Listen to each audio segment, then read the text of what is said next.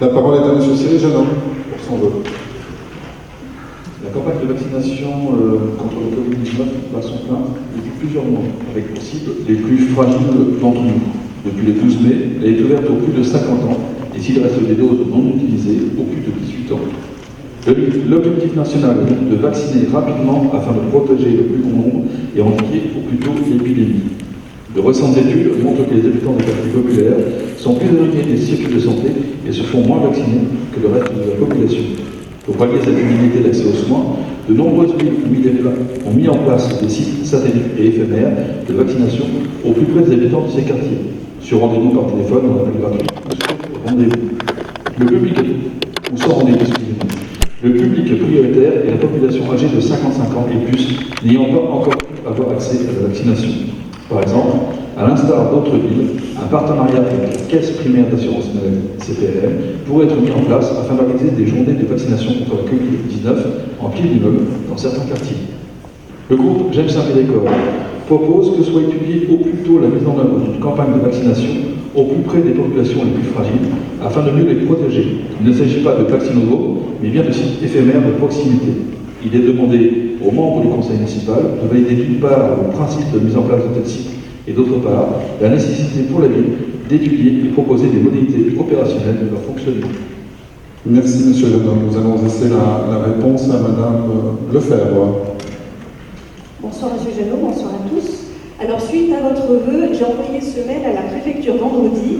Un conseiller municipal demande à la mairie de Saint-Pierre-des-Corps de mettre en place, avec l'aide de la CPAM, un site éphémère de vaccination pour les habitants de la rabatterie, estimés plus éloignés des circuits de santé que le reste de la population. Cette décision ne peut être prise ni par la mairie, ni par la CPAM, mais relève bien de la préfecture en coordination avec l'ARS. L'installation d'un site de vaccination éphémère au pied des tours serait-il envisageable sur Saint-Pierre-des-Corps? Alors la préfecture a transmis à l'ARS et j'ai eu la réponse lundi de Madame Salis Ranzi de l'ARS par téléphone.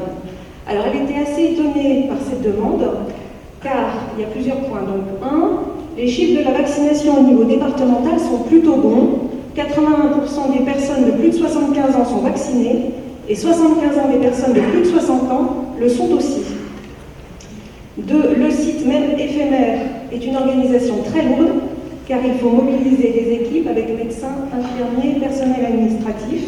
Il faut aussi ne pas perdre de vaccins. Pour combien de personnes? Point d'interrogation. En 3, elle nous a dit vraiment il y a assez proche de notre commune de vaccinodromes, donc Le Vinci et Saint-Avertin. Le Vinci a repris les Halles et il est donc plus proche en fait que précédemment. En point 4, on a vu que les pharmacies et les médecins vaccinent depuis plus d'un mois et elle m'a dit que le Moderna allait arriver dans ce même circuit. Enfin, nous avons un centre municipal de santé qui vaccine, infirmières et médecins. Toutes les difficultés a été d'obtenir les vaccins. Donc l'installation d'un site de vaccination éphémère au pied des tours ne semble pas pertinente selon l'ARS, analyse que nous partageons au sein de notre majorité. Alors j'ajouterais qu'au pied des tours, il y a un cabinet généraliste qui vaccine, ainsi que la pharmacie de la rabatterie. Cette dernière arrive à satisfaire les demandes qui ne sont pas si nombreuses. Je suis allée leur demander. En moyenne, d'après les chiffres entendus, chaque professionnel vaccine une vingtaine de patients par semaine, en fonction aussi des doses de vaccins reçues. Et une fois le flacon ouvert, il faut 10 patients pour ne pas perdre les doses. Une gestion qui demande beaucoup de patience et d'énergie, et tous ces professionnels, je les remercie. Pour rappel, fin décembre, nous avons proposé à la préfecture que Saint-Pierre accueille un vaccinodrome. Cela a été refusé car nous n'avons pas de site avec un parking assez grand. Pour ce vœu, excusez-moi, mais on aimerait aussi savoir si ce vœu sera porté dans la continuité de son vote auprès de l'État, auprès de VTH et auprès de la métropole. On reviendra aussi sur ce point de suivi des vœux dans notre question orale en fin de conseil, sur la portée des vœux et le suivi des vœux et l'information concernant les vœux en début de conseil, en ouverture de conseil sur leur portée et les retours de réponse que vous avez pu avoir par la suite. Merci. Nous allons procéder au vote. Y a-t-il des comptes? Monsieur Lefebvre. Bonjour. Bonsoir. Oui,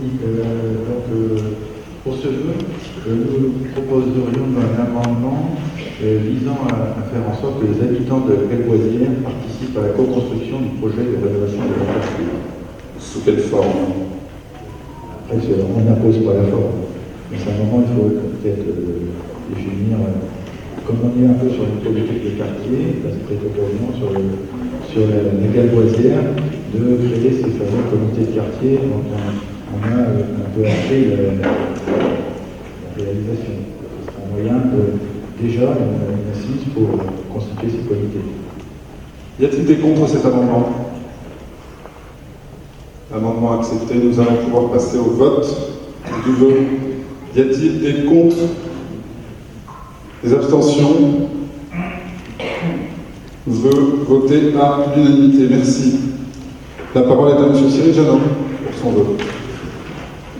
La campagne de vaccination contre le Covid-19 bat son plein depuis plusieurs mois, avec pour cible les plus fragiles d'entre nous. Depuis le 12 mai, elle est ouverte aux plus de 50 ans et s'il reste des doses non utilisées, aux plus de 18 ans. L'objectif national est donc de vacciner rapidement afin de protéger le plus grand nombre et endiguer au plus tôt l'épidémie. De récentes études montrent que les habitants des quartiers populaires sont plus éloignés des circuits de santé et se font moins vacciner que le reste de la population. Pour pallier cette inégalité d'accès aux soins, de nombreuses villes ont mis en place des sites satellites et éphémères de vaccination au plus près des habitants de ces quartiers, sur rendez-vous par téléphone en appel gratuit ou sur rendez-vous.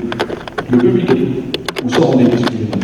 Le public prioritaire est la population âgée de 55 ans et plus, n'ayant pas encore pu avoir accès à la vaccination. Par exemple, à l'instar d'autres villes, un partenariat avec la Caisse primaire d'assurance maladie, CPLM, pourrait être mis en place afin d'organiser des journées de vaccination contre la Covid-19 en pied d'immeuble dans certains quartiers. Le groupe J'aime Saint-Pédécor propose que soit étudiée au plus tôt la mise en œuvre d'une campagne de vaccination au plus près des populations les plus fragiles afin de mieux les protéger. Il ne s'agit pas de vaccinodromes, mais bien de sites éphémères de proximité. Il est demandé aux membres du conseil municipal de valider d'une part le principe de mise en place de tels sites et d'autre part la nécessité pour la ville d'étudier et proposer des modalités opérationnelles de leur fonctionnement. Merci, Monsieur Janin. Nous allons laisser la réponse à Madame Lefebvre. Bonsoir Monsieur Janot, bonsoir à tous. Alors suite à votre vœu, j'ai envoyé ce mail à la préfecture vendredi. Un conseiller municipal demande à la mairie de Saint-Pierre-des-Corps de mettre en place, avec l'aide de la CPAN, un site éphémère de vaccination pour les habitants de la rabatterie, estimés plus éloignés des circuits de santé que le reste de la population. Cette décision ne peut être prise ni par la mairie, ni par la CPAN, mais relève bien de la préfecture en coordination avec l'ARS. L'installation d'un site de vaccination éphémère au pied des tours serait-il envisageable sur Saint-Pierre-des-Corps? Alors la préfecture a transmis à l'ARS et j'ai eu la réponse lundi de Madame Salis Ranzi de l'ARS par téléphone. Alors elle était assez étonnée par cette demande car il y a plusieurs points. Donc les chiffres de la vaccination au niveau départemental sont plutôt bons. 81% des personnes de plus de 75 ans sont vaccinées et 75 ans des personnes de plus de 60 ans le sont aussi. Le site même éphémère est une organisation très lourde car il faut mobiliser des équipes avec médecins, infirmiers, personnel administratif. Il faut aussi ne pas perdre 2 vaccins. Pour combien de personnes? Point d'interrogation. En 3, elle nous a dit vraiment il y a assez proche de notre commune 2 vaccinodromes, donc Le Vinci et Saint-Avertin. Le Vinci a repris les Halles et il est donc plus proche en fait que précédemment. En point 4, on a vu que les pharmacies et les médecins vaccinent depuis plus d'1 mois et elle m'a dit que le Moderna allait arriver dans ce même circuit. Enfin, nous avons un centre municipal de santé qui vaccine, infirmières et médecins. Toutes les difficultés a été d'obtenir les vaccins. Donc l'installation d'un site de vaccination éphémère au pied des tours ne semble pas pertinente selon l'ARS, analyse que nous partageons au sein de notre majorité.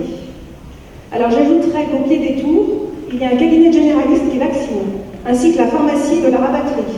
Cette dernière arrive à satisfaire les demandes qui ne sont pas si nombreuses. Je suis allée leur demander.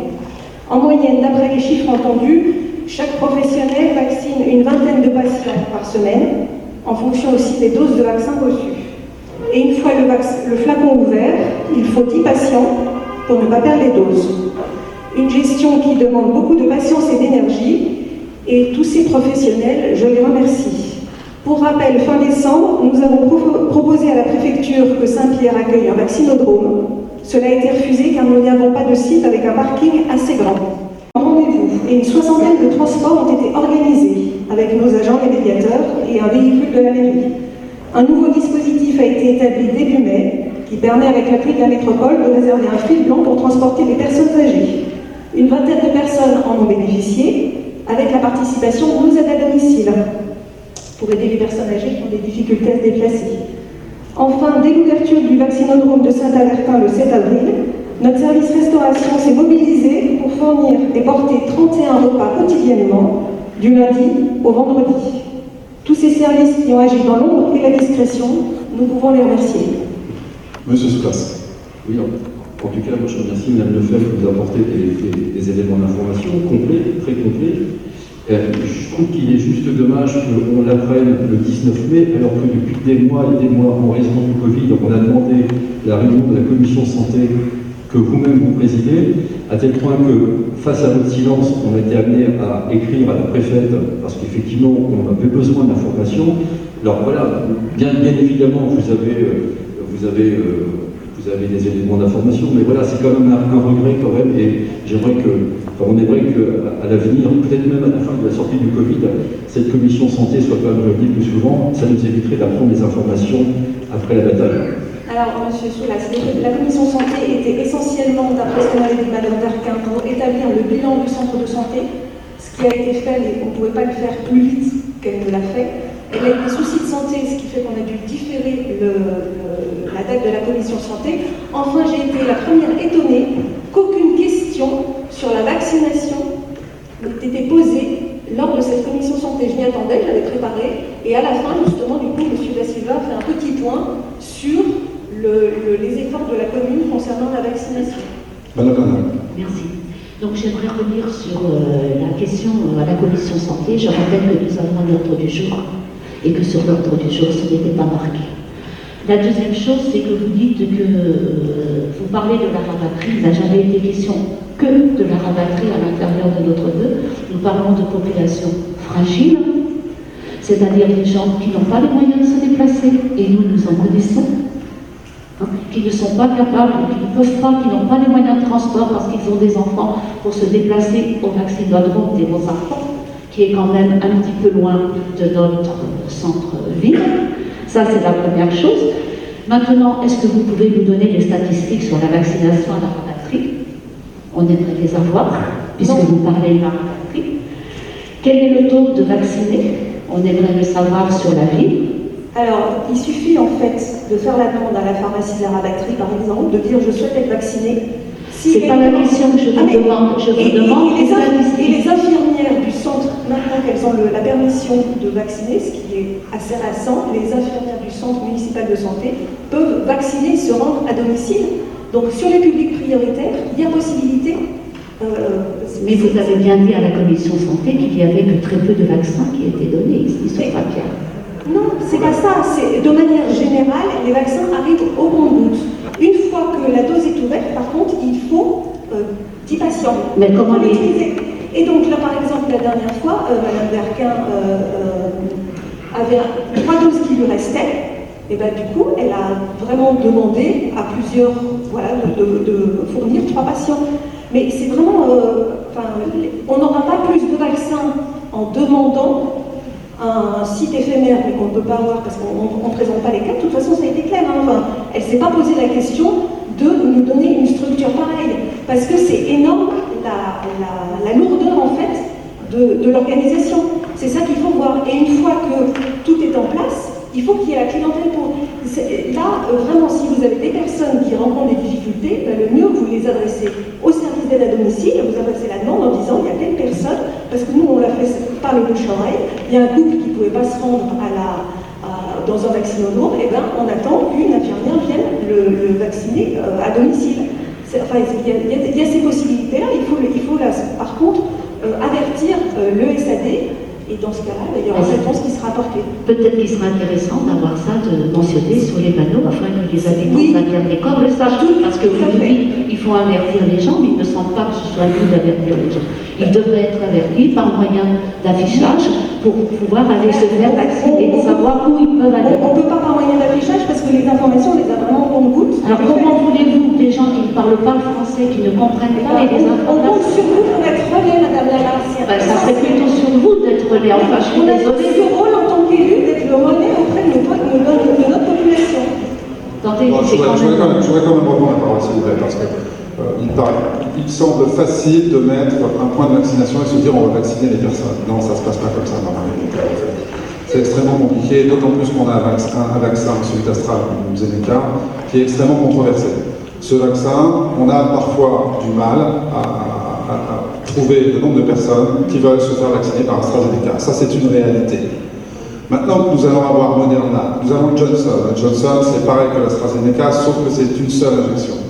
Une seule injection, c'est mieux, et il a moins mauvaise presse que l'AstraZeneca. Une fois que nous aurons le Moderna et le Pfizer qui va pouvoir venir dans le cabinet de médecins, qui va pouvoir venir chez les infirmières et venir dans les pharmacies, je pense que la vaccination prendra une toute autre ampleur. Mettre en place une vaccination éphémère comme ça, c'est un travail extrêmement complexe dont nous ne pourrons pas assumer le suivi. Nous avons l'ARS qui va s'opposer, nous avons des difficultés à trouver des médecins. L'ARS ne va pas nous dire nous allons pouvoir mettre en place des centres de vaccination éphémères. J'aimerais, Madame Nana, que ça soit possible, mais sincèrement, d'un point de vue logistique et dans la vraie vie, ça n'est pas possible. Quant au fait d'informer les personnes pour se vacciner, je vous rappelle qu'il y a eu un dossier dans Clarté complet sur la vaccination. Oui, Il était complet. Et j'ai des patients qui nous ont dit, j'ai des patients qui ne se sont pas fait vacciner par nous, qui nous ont dit heureusement qu'il y avait ce dossier parce que j'ai pu faire les démarches pour aller me vacciner.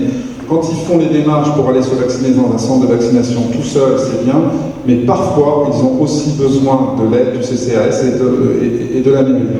Et avoir mis ce numéro de téléphone à disposition des habitants pour pouvoir se faire vacciner a été un vrai succès et ça le reste encore. je vous Voilà. entends, je vous remercie. C'est pour ça que nous voterons contre cette demande de points de vaccination éphémères. J'en suis désolé, mais d'un point de vue pratique, c'est impossible de le mettre en place. Et nous avons bien questionné les institutions qui les mettraient en place, parce que ne pensez pas que la mairie est capable de mettre en place des sites de vaccination éphémères. Ça n'est pas possible. Nous avons interrogé ces institutions et elles ne sont pas capables de les mettre en place. Je vous remercie pour votre réponse. Ce que je constate, c'est que quand même, Joly-Tour a un centre de vaccination, Saint-Avertin a un centre de vaccination, Saint-Cyr a un centre de vaccination. Donc je m'interroge, la vaccination est-elle réservée à certains? Non, pas du tout, Madame Allard. C'est le En fait, savez-vous pourquoi il y a des centres de vaccination à Saint-Avertin, à Joly-Tour et à Saint-Cyr? Le savez-vous? Exactement. Il y a des Vous avez infrastructures. expliqué qu'il y avait un parking. Il y a des infrastructures qui le permettent. Et ces décisions, elles ont été prises par le représentant. La partie informatique de la population, donc je pense que ça sera dans le flyer, on sera indiqué les lieux où les habitants peuvent se rendre pour bénéficier d'une vaccination. Moi j'ai des habitants qui ne savaient pas qu'on pouvait aller à la pharmacie, ils n'avaient pas eu l'information, des fois ils n'ont pas eu la clarté, parce que on parle souvent de la clarté, mais on ne parle pas du taux de pénétration de la clarté auprès des habitants, il y a des pages qui ne sont pas lues, il y a des articles qui ne sont pas lus, donc c'est bienvenu qu'il y ait un flyer, j'espère qu'il sera clair, précis, qui donnera vraiment tous les lieux où les habitants peuvent se rendre pour se faire vacciner. Pas de souci. Il y a des campagnes de presse quand même nationales qui sont importantes où on dit qu'on vaccine chez les infirmiers, les pharmacies, les médecins. C'est quand même, on voit à la télé, à la radio. Et monsieur Chanot. Oui, juste en fait un petit point d'information pour pas qu'on oublie complètement en fait ce qu'il en est. Là, on a entendu donc la voix de Mme Lefebvre en tant qu'adjointe de la santé. J'aurais bien voulu aussi entendre en fait comment dire, pas le conseiller métropolitain en charge de la santé dans le cadre de la politique de l'éducation. À quoi cela sert concrètement d'avoir cette personne, comme on dit vous, Emmanuel François, alors que les quartiers en fait ne sont pas desservis entre guillemets. Ça pose vraiment la question en fait de l'utilité en fait de ce poste au sein du bureau de la métropole. Quelle est votre action? Et je tiens juste à rappeler en fait une chose. On avait demandé il y a 2 ou 3 conseils municipaux de cela, à ce qu'il y ait un retour en fait des actions qui sont menées par les élus lorsqu'ils ont des délégations extérieures. J'aurais aimé en fait vous entendre par rapport à ça, puisque vous êtes délégué auprès de la 2e ou 3e vice-présidente, il me semble, de mémoire, en charge donc, de la santé, dans le cadre en fait, des quartiers prioritaires de la ville. Quelle est votre action à ce niveau-là? Je ne suis pas en charge de la santé parce que la santé n'est pas une compétence métropolitaine, monsieur Jodin, je suis désolé de le dire. Ce n'est pas. Je suis en charge de la promotion et de la prévention de la santé. Ce sont 2 choses différentes. Je n'ai pas eu droit au chapitre, et croyez-moi que j'ai fait les pieds et les mains pour pouvoir effectivement avoir un centre de vaccination à Saint-Pierre-des-Corps, et je vous dis, et je le répète encore, que cela dépendait d'infrastructures et cela dépendait d'institutions qui ne sont pas les institutions municipales. Je le dis, je le répète encore une fois, et je suis en toute transparence avec mon poste, on n'a pas pu avoir de centre de vaccination à Saint-Pierre-des-Corps pour des raisons d'infrastructure et de logistique. Et encore une fois, ce n'est pas la ville qui décide, et c'est certainement pas le conseiller métropolitain en charge effectivement de la promotion et de la santé et de la prévention de la santé qui aura droit au chapitre. Y a-t-il d'autres questions? C'est pas une question, c'est simplement une remarque. Bon, en tout cas, à titre perso, j'apprécie les échanges, mais il n'empêche qu'on regrette quand même en tant qu'élu d'opposition que aussi longtemps après le début de la crise, on en soit arrivé à ce moment-là, ce soir, le 19 mai, alors qu'on aurait très bien dû échanger. Et les informations que vous nous apportez, les informations qu'apporte Mme Lefebvre, ce sont des informations qu'on peut entendre. Voilà, à l'avenir, cette commission santé, on sait bien que les questions de santé aujourd'hui, c'est des questions qui concernent la population, même si effectivement ce n'est pas véritablement une compétence municipale, il n'empêche que ces questions-là sont vraiment au cœur de la population de Saint-Pierre-des-Corps, de toutes les populations. À l'avenir, quand même, réunissez cette commission santé plus régulièrement. En tout cas, c'est le vœu, à côté du vœu présenté par James Saint-Pierre qu'on peut faire. Merci. Y a-t-il d'autres questions? Nous allons pouvoir passer au vote. Y a-t-il des contre? Ceux qui ont des procurations lèvent 2 fois la main. Des abstentions? Si vous avez des procurations, 2 fois la main. Très bien, merci. Le compte est bon. On est surpris par l'expression de votre vœu. Nous l'avions exprimé avec l'opposition la dernière fois sur le fait qu'un vœu, c'est une problématique, elle apporte une question. En fait, il me semble que ce vœu, il s'agit de plusieurs vœux, vous le mettez au pluriel d'ailleurs, c'est plutôt un inventaire et que nous n'avons pas réussi à sortir un texte précis et une question précise sur laquelle le conseil municipal pourrait se prononcer. Car je vous rappelle que lorsque l'on émet un vœu, on demande au conseil municipal de se prononcer. Donc, ce n'est pas grave, on peut vous laisser un peu de temps et je vais vous demander de choisir parmi tous les paragraphes que nous avons identifiés, un paragraphe en question, clair, précis, et une question qui puisse être amenée à donner un vote consultatif du conseil municipal, s'il vous plaît. Alors le vœu en question finit par une question. Si vous regardez sur la dernière page, tout en bas, il y a la question relative au vœu. La partie précédente, c'est des éléments d'information pour appuyer cette question. Et appuyer ce vœu. C'est une question où vous posez, en fait, vous amenez une réponse. Non. Nous, on vous demande d'amener juste un vote. Alors, vous demandez à M. Bonheur des dispositions, donc il va être obligé de vous répondre sur les dispositions, mais on n'a pas de vote, on ne peut pas s'exprimer sur quelque chose. je vous propose de faire lecture de mon vœu, tout simplement. Il sera édulcoré. Non, je peux pas vous laisser faire, d'abord parce que... Il fallait me prévenir en amont du conseil, monsieur le maire. Vous l'avez dit au précédent conseil municipal. Vous aviez exprimé un vœu déjà, où effectivement l'opposition s'était exprimée avec nous, en disant que ce n'était pas comme ça qu'on formule un vœu. Moi, je peux pas faire autrement. Je vous donne cependant la possibilité. Si vous voulez qu'on revienne plus tard et qu'on vous laisse réfléchir à la question que vous voulez poser, ou à la problématique que vous voulez soulever, et émettre ensuite une question qui puisse qui puisse donner un avis consultatif en vote du conseil municipal, moi je reviens, il n'y a pas de souci. Monsieur Soulas. Oui, on ne se prononce pas sur le vœu, on laissera l'échange. Je rappelle quand même que notre intervention, pardon, j'ai perdu le mot, concernait les questions. Et là, on parle des vœux, donc je ne voudrais pas qu'on soit associé lors de l'échange à une remarque concernant le vœu présenté par l'autre. Pas de souci, monsieur Soulas. Je peux faire lecture. Non, vous ne ferez pas lecture. Vous faites lecture d'un paragraphe précis qui amène une question précise. J'ai transmis le vœu en heure et en date. Ben, 6 remarques qu'il y avait à faire, c'est Madame Loumeau qui a accusé réception du vœu. S'il y avait remarques à faire, vous aviez un bureau municipal sur lequel je pense que vous vous réunissez régulièrement. Vous auriez pu me faire part de vos remarques et à partir de là, j'aurais retouché mon vœu. oui, mais Aujourd'hui, vous n'avez pas fait la remarque. Mon vœu a été posé, il me semble, vous l'avez mis sur la table, il a été imprimé, donc je vais en faire lecture. Et je me donne le droit de faire lecture. non, vous ne pouvez pas me donner le droit de faire lecture. Vous n'avez pas fait de remarque en amont du Monsieur conseil. Benzaïd, vous êtes suffisamment responsable, vous êtes une grande personne et vous avez émis un vœu qui ne peut pas être reçu. Moi, si vous Vous en faites mettez, lecture, vous votez contre. vous mettez des vœux, je ne peux pas vous accorder l'expression de plusieurs vœux à un conseil municipal. Je n'y peux rien, c'est dans le règlement intérieur. Donc, soit vous choisissez quelque chose, j'en suis bien désolé. J'ai On choisi pourra- une partie. Je peux vous dire qu'en étudiant bien votre texte, il y a des choses dans lesquelles nous pourrons revenir après sur certaines Il y a des délibérations. choses sur lesquelles on Vous reviendra. voyez J'ai Donc là, refait une partie du là vœu. Durand, vous aurez effectivement la parole sur ces points précis, mais J'ai choisissez retiré une partie de mon vœu, je ne vais pas le lire dans sa quantité totale. une thématique, s'il vous plaît. Ça, c'est ma liberté de vœu, Monsieur monsieur. Janot.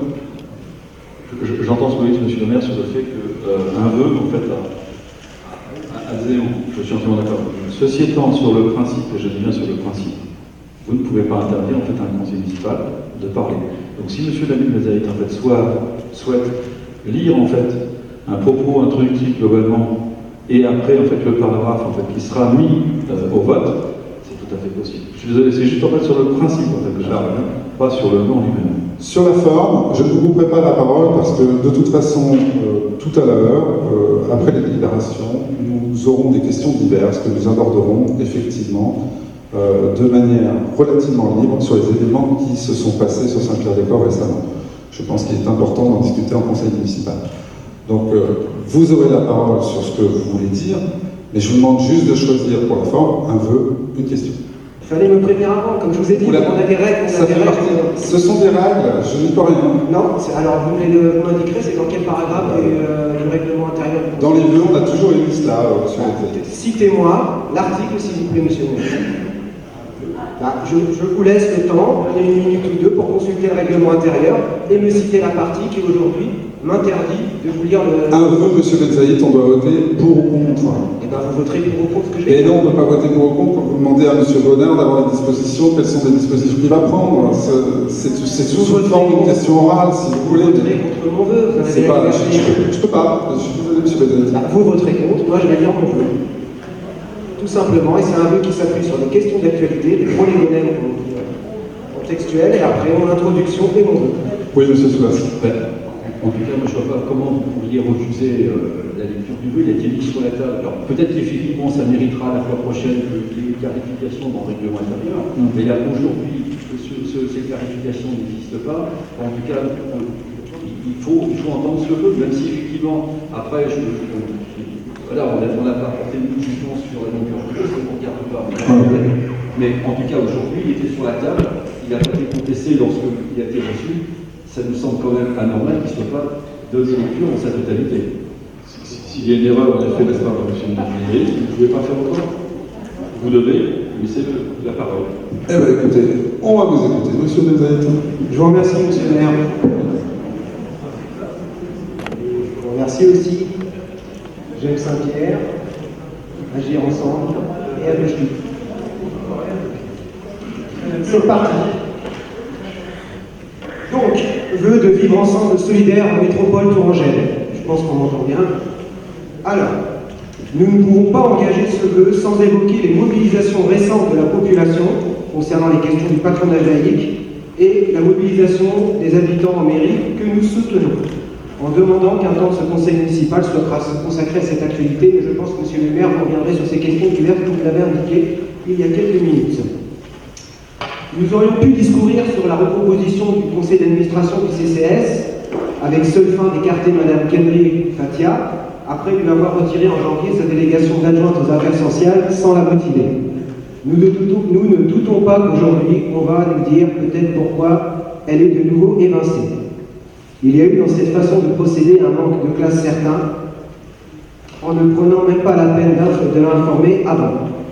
Passer de 8 élus à 8 représentants de la société civile aurait permis d'éviter cette situation. Nous verrons tout à l'heure dans la question qui sera abordée sur le CCS et sa recomposition. Ayant participé, Madame Kenry Fatia et moi-même, à l'élection de la liste Saint-Pierre autrement au début de l'équipe municipale. Merci, M. Benzaït. Nous allons vous répondre point par point. On va parler du CCAS. En ce qui concerne le CCAS, nous en reparlerons lors de la délibération, si vous voulez bien. Le deuxième point, je vais laisser la parole à Madame Lefebvre, que vous attaquez. Elle va pouvoir se défendre elle-même. Alors non, Monsieur Benzaïd, non, il n'a pas été dit au cours de la commission santé que les démarches effectuées pour obtenir un deuxième médecin ont été infructueuses. Les démarches sont très compliquées du fait du manque général de médecins sur tout le territoire français et du fait des perspectives démographiques qui sont défavorables à court terme. C'est-à-dire la population vieillit, les médecins aussi partent à la retraite et il n'y a pas assez de médecins formés pour pouvoir les remplacer sur les 10 prochaines années. Ça, on l'a effectivement rappelé au cours de la commission santé, c'était M. Bonnard qui s'en est chargé avec M. François, et cela figurera dans le compte-rendu qui sera envoyé aux membres de la commission, ainsi que le dossier sur ce sujet de la Gazette des communes d'avril 21, qui est vraiment très exhaustif et que j'ai trouvé intéressant de porter à la connaissance de tous les membres de la commission. Alors, un médecin pressenti a été reçu pour un octobre en mairie, mais cette généraliste ne souhaitait pas exercer dans les locaux qui avaient été envisagés par la précédente municipalité, l'ancienne PMI. Alors le maire a finalement trouvé un couple de médecins qui sont prêts, d'ici 18 mois, à s'installer à Saint-Pierre-des-Corps en étant salariés. Cela dit, une fois le médecin trouvé, la question se pose, avons-nous les moyens de salarier un deuxième professionnel, sachant que la santé n'est pas une compétence obligatoire pour les communes. Alors nous avons étudié attentivement le fonctionnement du CNS, ce qui explique qu'on ait pris ce temps-là pour faire un bilan, vraiment pour voir comment c'était possible. On a étudié l'activité, le pôle infirmier, le pôle médecin. On a fait le bilan financier et on a observé que si l'activité infirmière est structurellement déficitaire, l'activité du médecin débutée en 2018 pourrait s'équilibrer d'ici quelques temps. Alors il nous apparaît nécessaire d'attendre pour installer le deuxième médecin. Attendre quoi? Eh bien que le premier déjà exerce à temps complet. C'est seulement le cas depuis le 1er avril. Ensuite, il nous apparaît important d'attendre que le budget de la commune soit présenté en équilibre, parce que là, la mairie n'est pas en capacité de salarier un nouveau médecin. Enfin, il nous paraît important que le lieu d'exercice de ce deuxième médecin soit clairement identifié et reconnu. Alors, pour continuer d'avancer, nous avons demandé l'aide de la région en souhaitant nous appuyer sur le GIP Pro Santé. Cette demande a été effectuée le 15 mars dernier au cours d'un échange en visio proposé par la métropole avec François Bonneau, le président de la région Centre-Val de Loire, au sujet du soutien financier du contrat régional de solidarité territoriale. Alors je précise que j'ai également interpellé ce jour-là le président Schwartz sur le tram en mon rôle de conseillère métropolitaine. Sur la santé, donc, M. Bonneau m'a invité à prendre contact avec Anne Leclerc, la vice-présidente en charge de ce domaine pour la région. Nous avons eu avec Mme Leclerc un échange en visio début mai, et il est prévu que la directrice du GIP Pro Santé vienne prochainement visiter le centre municipal de santé. Notre souhait, c'est que la région finance ce deuxième médecin. Initialement prévu pour aider les communes rurales, le GIP Pro Santé a montré, en salariant un médecin à Tours sur les rives du Cher, qu'il était aussi là pour les quartiers qui en avaient vraiment besoin, les quartiers prioritaires. Nous comptons sur la région pour faire de même à Saint-Pierre-des-Corps. J'indique que j'ai réitéré cette demande au webinaire sur la pauvreté organisé par Mme Munch-Masset la semaine dernière, et Mme Munch-Masset était au courant de nos démarches. La parole est à M. Jeannot, ensuite M. Soulas et Mme Leroy. Alors, pareil, sur le principe, je ne comprends pas trop. En fait, vous refusez à M. Benzaïd en fait, la possibilité en fait, de parler sur ce vœu, et puis après vous organisez des réponses. À un moment donné, il faut être sérieux. Enfin, ah non, je suis désolée. Dans la mesure où M. Benzaïd a tenu à donner des informations qui étaient inexactes, il nous appartient d'y répondre. J'entends bien, voilà. Mais ceci étant, je ne comprends pas la logique de perdre du temps complètement à refuser. J'avais l'impression tout à l'heure d'être dans une cour d'école, à un moment donné où c'est pas moi, c'est l'autre, c'est pas moi, c'est l'autre, c'est pas moi, c'est l'autre. Bon, on est en conseil municipal, on est sérieux.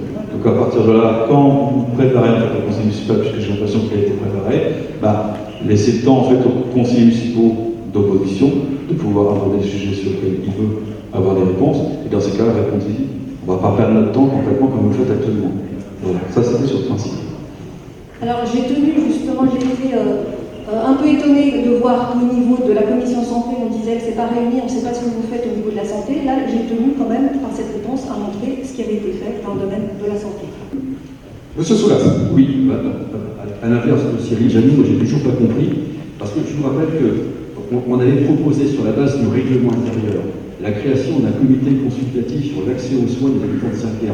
C'était pas un objet pour remplir une bombe sociale, c'était simplement pour nous permettre effectivement, entre élus et avec des professionnels de santé, de faire l'inventaire des besoins. Et là, voilà, c'est extrêmement. Alors, vous nous annoncez tout un tas de démarches, et j'apprécie au passage que vous citez le président Monod et Mme Benchmassé, mais vous ne le faites pas par hasard, je vous connais. Je ne le fais pas par hasard parce que... Non, mais je suis libre. Voilà. Ce serait quand même bien qu'à l'avenir, quand les groupes d'opposition font une proposition sur ce comité, que ce soit voté au groupe, parce que là, clairement, quand vous lui dites qu'à Saint-Pierre-des-Corps, vous interrogez pour savoir s'il y a besoin d'un deuxième médecin au CMS, je veux dire que moi je tombe début quand vous dites ça, alors qu'on sait que par ailleurs, au sein de la population de Saint-Pierre-des-Corps... C'est pas ça que j'ai dit, monsieur Soulas. C'est ce que j'ai J'ai entendu. dit, le problème, c'est de le salarier aujourd'hui. C'est pas du tout ça, on est tous d'accord, on l'avait mis dans notre programme, nous comme vous, sur la nécessité d'un deuxième médecin dans le cadre du CMS. Le problème, c'est de trouver, ça maintenant, c'est fait, de le salarier, et ça, le CMS en l'état actuel ne peut pas le faire. Et pour quelle raison? Pour quelle raison il ne peut pas le faire? Parce que j'ai ça dans une situation financière juste un peu difficile. Ah non, mais ça, on en reparlera de la situation financière. Non, excusez-moi, mais concrètement... Non, monsieur Jean, c'est un madame Laurent. Oui, merci. Je me permets juste de prendre la parole parce que je voudrais clarifier deux points parce que j'étais présente à la commission santé et je suis navrée, Madame Lefebvre. Moi également, j'ai compris que la recherche qui avait été faite des médecins était infructueuse. C'est vraiment ce que j'ai compris, que vous aviez fait des démarches et qu'il était extrêmement compliqué parce que, j'ai fini mon propos, merci. Parce que les médecins de Saint-Pierre-des-Corps, il n'y a pas d'attractivité pour venir sur Saint-Pierre. C'est des termes qui ont été employés et que du coup, vous n'arriviez pas à les faire venir. Ce qui laisse à penser qu'il y a eu des démarches infructueuses. Enfin, excusez-moi, oui, le terme on peut, je vais finir, parce que ce n'est pas le seul point que j'ai noté dans votre intervention qui me pose des questions. Par ailleurs, vous avez dit que la question qui devait se poser était de savoir si la municipalité avait les moyens de payer un second médecin professionnel. Je suis quand même déçue de ne pas avoir entendu son propos dans la commission qui s'est tenue il y a 9 jours. Jamais ce point de la capacité de la mairie à payer un second médecin n'a été soulevé. On l'a dit, je tiens à le dire. Et enfin, le souhait que ce serait la région qui paierait ce second médecin n'a pas non plus été soulevé. Ah non, ça c'est vrai parce qu'on n'en est pas encore là et j'attendais quand même, la visio a été décalée pour cause de visite intempestive en mairie. C'était ce jour-là. C'était ce jour-là. Et donc, voilà, on en est pour l'instant à demander l'appui du GIP Pro Santé. Quand celui-ci sera venu, vous serez au courant, on en fera écho au conseil municipal. Je ne sais pas si ça sera l'objet d'une commission supplémentaire, mais peut-être. Simplement, il a été question du fait que c'était très difficile de remplacer les médecins, et notamment les médecins libéraux. Je pense que M. François a dit qu'il n'arrivait pas à se trouver, par exemple, des remplacements dans le cadre de la médecine libérale. Sur la médecine salariée, c'est un peu plus simple, mais voilà, ça n'a pas été quand même si simple que ça. On rappelle qu'il y a bien un médecin qui a été pressenti, on ne va pas citer les noms, et qui finalement ne voulait pas exercer là où on lui demandait d'exercer. C'est aussi dans ce cadre-là. Je vous remercie. Je vais me permettre de prendre la parole. Je laisserai la parole ensuite à Mme Kendry, M. Janot et notre cher consoeur juste après. Je voulais quand même et M. Rossman. Bon. Pour le coup, je voulais quand même intervenir, parce que, étant professionnel de santé, on connaît bien le problème. Faire venir des médecins sur Saint-Pierre-des-Corps, c'est très très compliqué. On est bien d'accord. L'attractivité du territoire ne fait pas que des médecins ont envie de s'installer de façon permanente à Saint-Pierre-des-Corps. Nous avons eu le docteur Fao. Le docteur Fao est parti parce que le quartier de la Rabatterie nous aide beaucoup trop. C'est une réalité, c'est un fait, c'est comme ça. Je pense que quand on gagnera en attractivité, effectivement, nous aurons la possibilité d'avoir des médecins sur Saint-Pierre-des-Corps. Le fait de monter une maison de santé pluridisciplinaire, c'est aussi une solution envisagée au manque de médecins. Mais quand même, comment se fait-il que Saint-Pierre-des-Corps, qui est dans une ville universitaire pour la médecine, n'arrive pas à trouver de médecins? C'est la vraie question qu'il faut se poser.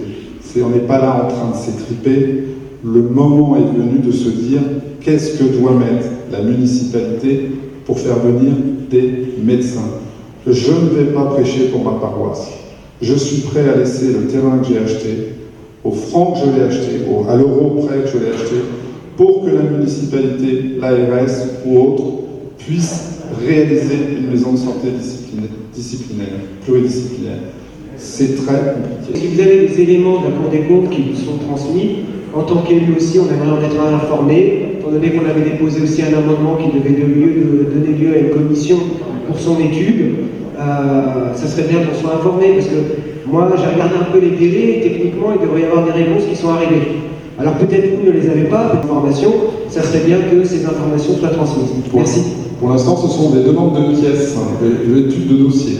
Voilà où nous en sommes. Oui, mais dans ces cas-là, ne dites pas en fait que cela va être difficile, ou ça va être très difficile. Si, parce qu'il y a des remarques. Quand il y a des demandes de pièces, il y a des remarques qui sont faites. Dans ces cas-là, est-ce qu'on pourrait avoir écho de ces remarques? C'est du verbal, on ne va pas vous faire des enregistrements. Ils nous demandent des pièces. Et puis en fonction des pièces qu'ils demandent, et puis en fonction des, entre guillemets, vous savez, il y a le ton de la voix, il y a des choses, on sait très bien quand quelqu'un parle s'il a l'air raqué ou s'il a l'air serein. Hein. Voilà, c'est ça qui nous laisse pressentir. Mais on n'a rien de concret, et c'est pas eux qui nous envoient des pièces, j'ai pas fini, c'est pas eux qui nous envoient des pièces, c'est nous qui leur envoyons des pièces sans arrêt, des pièces qu'ils nous demandent. Voilà. Je peux vous passer M. Diop, il va vous dire tout ce qu'il a envoyé depuis le début. Il envoie des pièces, et des pièces. Voilà. Alors, si je peux me permettre, en fait, une analyse en fait, de la Cour des comptes, ou du moins une inspection en fait, de l'analyse des comptes, moi j'en ai une sur la ville de Jouet-Tour. Oui, en effet, il y a toujours des pièces qui sont demandées. Par contre, le ressenti dont vous parlez, franchement, j'en ai jamais entendu parler. On n'est pas dans le registre de l'émotion, on est dans le registre des faits.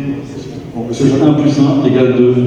Quand vous annoncez, quand on vous dit concrètement qu'il y a 24 000 € en fait, de plus en fait, sur le budget entre l'année dernière et cette année sur les indemnités des élus, c'est qu'il y a un souci aussi à ce niveau-là.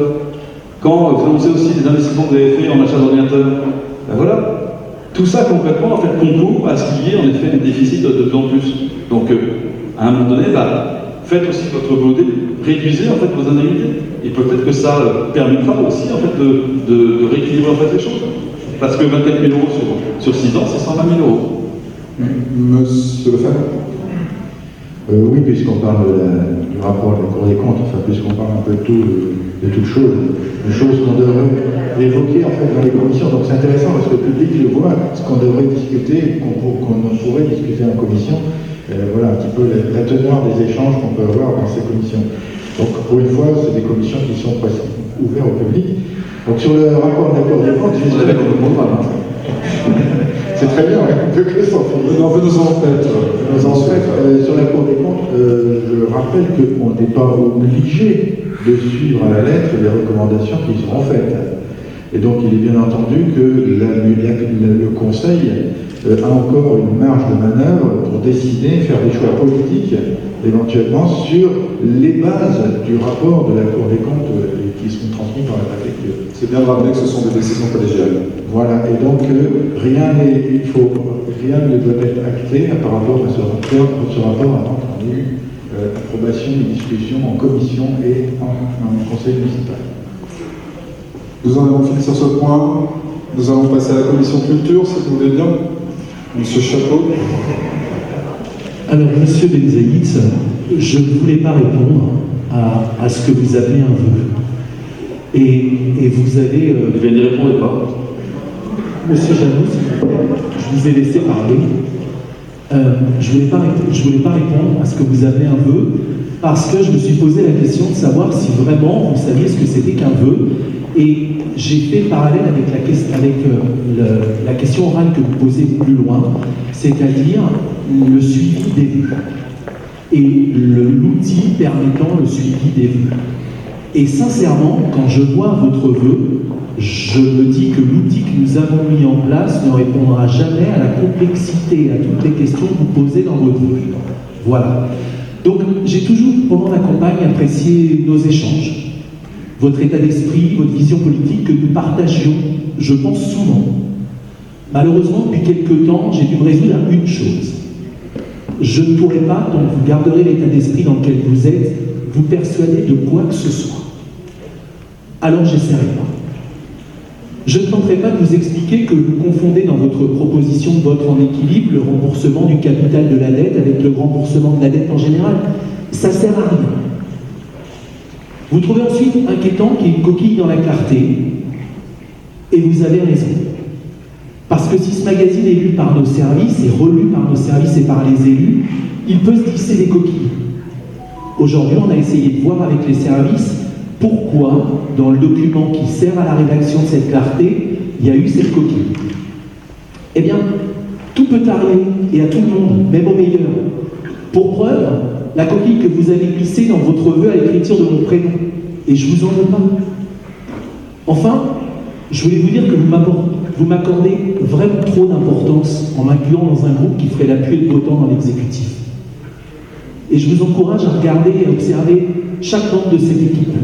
Samira, Moukerem, Maëva, Stéphane, je peux tous les dire. Et vous verrez à quel point ils ont chacun leur importance et vous découvrirez, je l'espère, le potentiel de chacun. Voilà. Vous aussi. Merci, monsieur Chapeau. Et votre potentiel aussi. Poésie, non? Poésie, comédie. La parole est à monsieur Bonnard pour la question de Rance.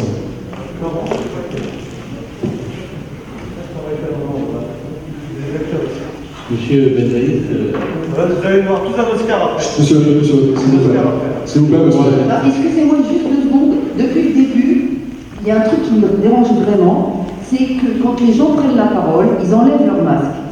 Alors que c'est justement au moment où on parle qu'il faut le garder. Parce que c'est quand on parle. De ne pas en porter un, en tant que médecin, je trouve que c'est pas un très bon exemple à donner. Mais là, je vois tout le monde qui enlève son masque au moment où il parle, c'est n'importe quoi. À la distance où je suis vacciné 2 fois, je ne crois pas que je me transmette. Oui, mais normalement, c'est un truc officiel, on est tous tenus de le faire. Et vous le savez très bien. Moi aussi, je suis vacciné, et je garde le masque. Je vous demande de pardonner de cet état. C'est peut-être à cause du masque. Donc, monsieur Benzaïd, merci encore du grand intérêt que vous portez. Je ne pensais pas le mériter. Lorsque vous m'avez interpellé la dernière fois, j'ai été pris de court, je n'ai pas pu vous répondre. Je n'ai pas répondu à vos courriels non plus parce que j'étais en copie et que, je ne sais pas, par insuffisance, quand on est en copie, on ne répond pas. Mais quoi qu'il en soit, aujourd'hui, votre question est à l'ordre du jour et je vais pouvoir vous répondre avec toutes les précisions nécessaires. Le département a lancé, au sujet de Gino Dépasse, a lancé un appel à projet participatif avec le slogan suivant, je cite, « Vous décidez, le département réalise ». L'appel à projet a été ouvert entre le 15 novembre 2019 et le 29 février 2020 et je suis allé chercher le règlement.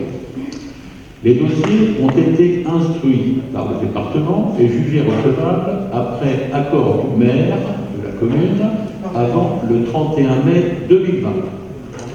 Les services du département ont, je cite, vérifier leur conformité au règlement pour déterminer s'ils sont techniquement, juridiquement et financièrement réalisables. Le vote a eu lieu la première quinzaine du mois de juin 2020. Les lauréats qui ont été désignés début juillet 2020, ce projet a été retenu, comme d'ailleurs à Saint-Pierre-des-Corps, et j'en suis très heureux, le projet d'Alco et le projet du collège Stalingrad. Ceci, c'est pour préciser le calendrier. Maintenant, concernant la parcelle véritablement et le PLU. C'est un secret pour personne que cette parcelle est la propriété de la ville. Elle est classée pour 95% de sa surface en ZDE, en zone de dissipation d'énergie, zone C, centre urbain. Dans cette zone, et vous n'ignorez pas, le PPRI autorise effectivement des projets de réduction de vulnérabilité avec une prescription formelle qui est celle de stabiliser la population dans la zone. Elle est en effet susceptible d'une opération d'aménagement, d'habitat, si, et seulement si, l'aménageur possède au moins 80% de la surface de l'îlot. Cette parcelle, vous n'ignorez pas non plus, est en friche depuis de nombreuses années, comme d'ailleurs bien d'autres, dans d'autres îlots. La nécessité de lutte contre le réchauffement climatique, je pense, ne nous est pas étrangère, et elle nous enjoint quand même de planter des arbres parce qu'il y a une certaine urgence. Enfin, dans le projet, l'ouverture et le partage prévus par ce projet, et tout ça a fait que ce projet a été retenu. Voilà donc pour toutes ces informations. Maintenant, vous me permettrez de conclure par une note personnelle et je me permettrai de vous poser une question, parce que vous me mettez gravement en cause. Où est le conflit d'intérêt dans cette affaire? Je vous remercie. Alors, concernant votre réponse, moi je la trouve un peu évasive. Elle ne vient pas sur le cœur de ma demande, à savoir qu'en fait, sur cette parcelle était prévue par l'ancienne majorité des constructions. On a tout un récapitulatif de ce projet sur les divers articles publiés par la Nouvelle République, un journal régional, sur cette question. Donc, je pourrais même citer les articles en question. Vous avez, il me semble, l'association Le Vieux Saint-Pierre, dont votre épouse, il me semble, est la présidente, a attaqué le projet en question en justice. C'est une action qui est menée, je pense, près de la métropole. Le projet sur cette parcelle était de créer du logement sur une zone peu dense. On a eu une privatisation de la parcelle par l'association, qui a eu une demande qui a été faite au niveau du département et que le département vous ait offert des arbres, ça c'est une question, que vous ayez décidé de les planter sur la parcelle. Moi j'aurais aimé savoir si l'ancienne majorité, en l'espèce, en la personne de Marie-France Beaufils, vous avez donné l'autorisation ou pas? Et si oui, à quelle date? Je crois vous avoir répondu, vous avez dû être assez inattentif. Les dossiers ont été instruits et jugés après accord du maire avant le 31 mai 2020.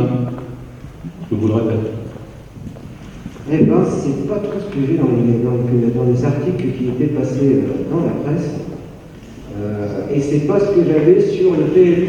Je suis désolé, mais la référence c'est le règlement du Conseil. Alors j'ai lu le PLU, sur le PLU, il est indiqué. La référence c'est également le PLU. Et qu'est-ce qu'il est indiqué sur le PLU, étant donné que vous êtes expert sur la question, au sein de la majorité? Quel projet est indiqué sur cette parcelle dans le plan local d'urbanisme? Dans le cas où? Dans le plan local d'urbanisme, le PLU, qu'est-ce qu'il a indiqué concernant cette parcelle? Le PLU a indiqué après l'OAP qu'il était possible de construire 20 ou 25 logements à cette condition que l'aménageur acquiert 80% au moins de la surface de l'îlot. Ça, c'est écrit dans le PLU. Et qu'est-ce qui l'en empêche aujourd'hui? Cette personne ne possède 80% de la surface. D'accord. En tout cas, pour moi, c'est. Je ne vais peut-être pas forcément parler de conflit d'intérêt, mais c'est vrai, peut-être qu'on y reviendra tout à l'heure dans la délibération, mais quand même, il nous semble qu'à travers cette opération, il y a quand même un contournement du PLU. Attendez, je vous donne notre analyse. C'est qu'effectivement, le projet, on peut en discuter, planter des arbres, c'est plutôt sympa, pas de problème. Il n'empêche que par cette démarche, vous contournez le PLU sous des bonnes œuvres, hein, c'est ce que je dis, mais c'est quand même limite.